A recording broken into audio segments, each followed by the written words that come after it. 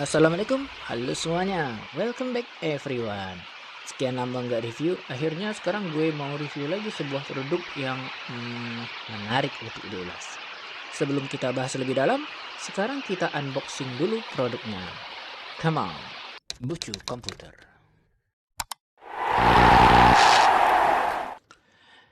Episode ini gue akan review enclosure untuk hard disk atau SSD 2,5 inch dari Orico. Kemasannya dibalut warna putih terang yang dominan dengan aksen biru ini. Ketika dibuka plastik pembungkusnya, langsung aja gue dikasih kertas voucher belanja atau cashback dari vendornya. Di bagian depan kemasan ada hologram untuk QR code garansi produk dan beberapa selling point yang terlihat jelas dan mudah dibaca. Ketika dibuka boxnya, selain unit enclosure-nya, kita akan mendapatkan kartu garansi resmi, manual produk dengan berbagai bahasa, kabel data sekaligus kabel power, stiker, dan anti-vibration pads. Unboxingnya udah, sekarang kita langsung tes enclosure-nya dengan benchmark sintetis dan transfer file secara real time. Tapi sebelum dites, gue mau pasang dulu stiker dan anti-vibration pads-nya.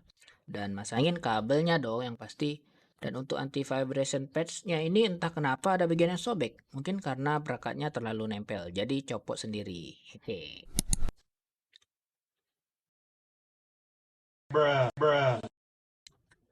Hasil benchmark sintetis yang menggunakan kristal di Smart 8 untuk koneksi menggunakan USB 3.0 menunjukkan angka untuk kecepatan read dan write ada di kisaran 130-an MB per second.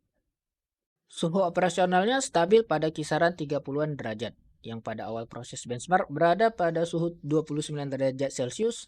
Kemudian pada saat separuh jalan, suhu naik sedikit pada 33 derajat Celcius. Dan saat terakhir proses benchmark, suhu terpantau pada 37 derajat Celcius. Berlanjut pada benchmark menggunakan USB 2.0, hasil read dan write berada di kisaran 30-an MB per second. Suhu operasional terpantau pada awal benchmark pada 37 derajat. Hingga akhir proses, suhu tercatat pada angka 40 derajat Celcius.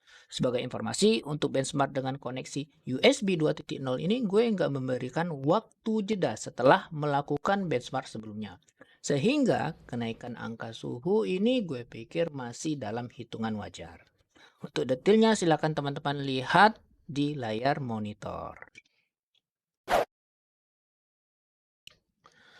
Kemudian untuk real test, gue colokin enclosure ini dengan port USB 3.0 front panel casing. Indikator enclosure ini sedang beroperasi bisa dilihat dari LED yang berkedip di dekat port USB pada body enclosure.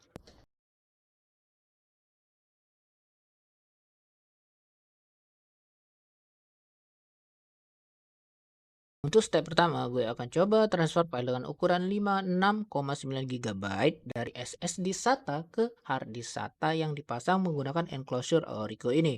Kecepatan transfer lumayan stabil di kisaran 120 sampai 130-an MB per second. Waktu tempuh hingga usai proses transfer itu memakan waktu sekitar kurang lebih 9 menit 30-an detik.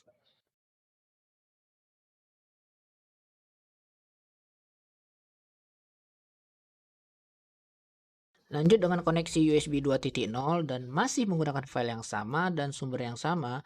Ternyata waktu yang dibutuhkan itu jauh lebih lama guys, hingga mencapai setengah jam lebih. Tapi nggak apalah ya, lanjutin aja. Dan ketika prosesnya ditransfer file ini, belum genap 2 menit gue mengalami kendala di mana file tidak bisa ditransfer dengan baik. Alhasil gue colokkan enclosure-nya ke port USB 2.0 yang ada di back panel motherboard.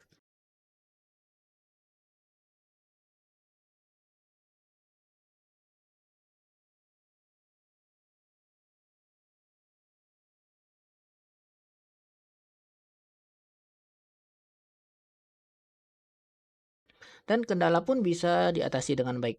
Untuk kendala yang gue alami barusan, gue nggak sempat ngulik-ngulik guys apa penyebabnya. Mungkin di antara kalian ada yang tahu kenapa? Silahkan share aja di kolom komentar. Jangan sukar ya. Thanks udah share di sini. Untuk transfer speednya tuh tergolong stabil di angka 30-an MB per second. Karena berbagai keterbatasan gue untuk menggunakan SSD di enclosure ini, sayangnya gue nggak sempat melakukan pengujian guys. Cuman kalau berdasarkan hasil uji di hard drive sebelumnya, sepertinya hasilnya itu nggak akan jauh berbeda deh. Maksudnya nggak jauh berbeda itu ya kurang lebih sesuai lah dengan speed SSD. Mungkin teman-teman bisa cari referensi dari sumber lain, dari channel lain ya, atau dari website serupa mengenai pengujian yang ini ya, pengujian menggunakan SSD maksudnya. Oh iya, jangan lupa buat daftarin produk yang kamu beli ini ya guys di webnya. Di sini gue coba registrasi dulu produknya. Cukup scan QR code yang ada di depan kemasan produk. Sekalian cari tahu nih beneran apa enggak ya. Kita dapat ekstra garansi 1 tahun tambahan seperti yang tertera di sini. Setelah masuk ke webnya, kita mesti masukkan serial number produk, which is itu nomornya ada di bagian belakang kemasan enclosure-nya, guys. Kemudian setelah diinput, kita akan mendapat kepastian informasi apakah produk yang kita miliki itu orisinal atau enggak, serta waktu kadaluarsa garansinya. Untuk enclosure ini kadaluarsanya adalah 14 Juni 2024. Sesuai tanggal pembelian gue, yakni 14 Juni 2023 yang lalu, guys. Sedangkan gue register produknya ini tanggal 4 Juli 2023. Sekarang gue mau coba dapetin extended warranty alias garansi ekstra 1 tahun. Karena gue registernya ini masih dalam jangka 3 bulan pertama pembelian produk. Caranya langsung aja klik daftar sekarang, terus masukin kembali serial number produk dan validate. Kemudian kita akan diarahkan untuk memasukkan personal information alias data pribadi termasuk nota pembelian.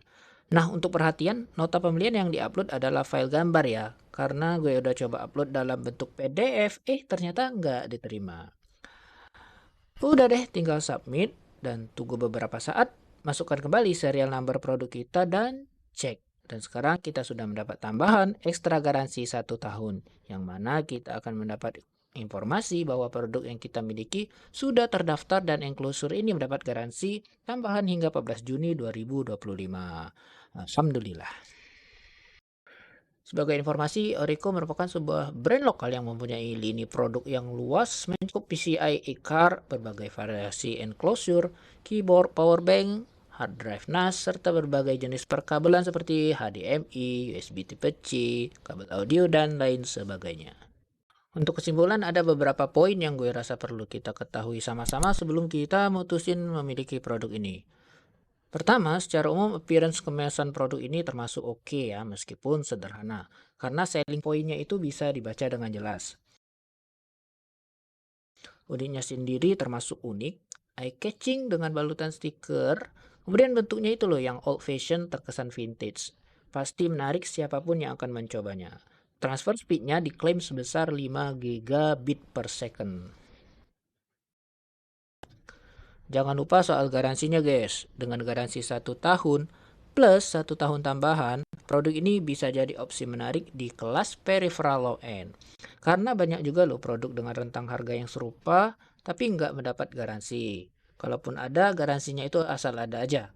Dari sisi kelengkapan termasuk biasa aja. Selain kabel data, ada user manual dari berbagai bahasa. Tapi tenang aja, meskipun user manualnya ini didominasi bahasa Cina, ya karena memang produk ini diproduksi di Cina tapi diimpor oleh perusahaan lokal, bahasa persatuan kita, bahasa Indonesia itu juga ada kok di user manualnya. So take it easy bro. Jadi meskipun ini terlihat sepele, tetap aja kehadiran manual produk itu menurut gue akan membantu jika suatu ketika user menemui kendala saat pengoperasian produk tersebut. Next, perlu diperhatikan, warna putih pada produk ini akan membuat bodinya menjadi cenderung lebih cepat kotor jika kita nggak rajin ngebersihinnya. Dan sebuah keniscayaan ya, jika dalam jangka waktu lama warnanya juga akan menguning seiring waktu.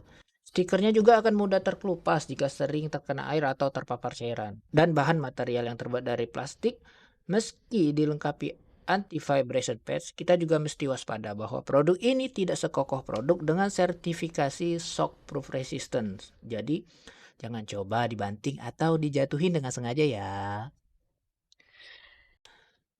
Dengan berbagai poin ini, jika kita ingin sebuah produk dengan display yang eye-catching, tersedia dalam 3 varian, yakni transparan, hitam, dan putih.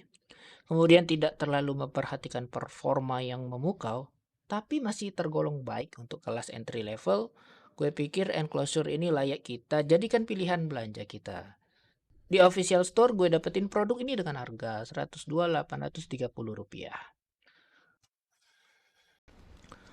Akhirnya kita udah sampai di penghujung episode.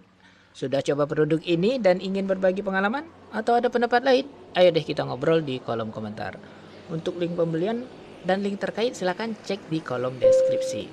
Like dan share kalau kalian suka dengan episode kali ini. Terima kasih udah mampir dan subscribe. Wassalamualaikum. I'll see you on the next one. Bye-bye.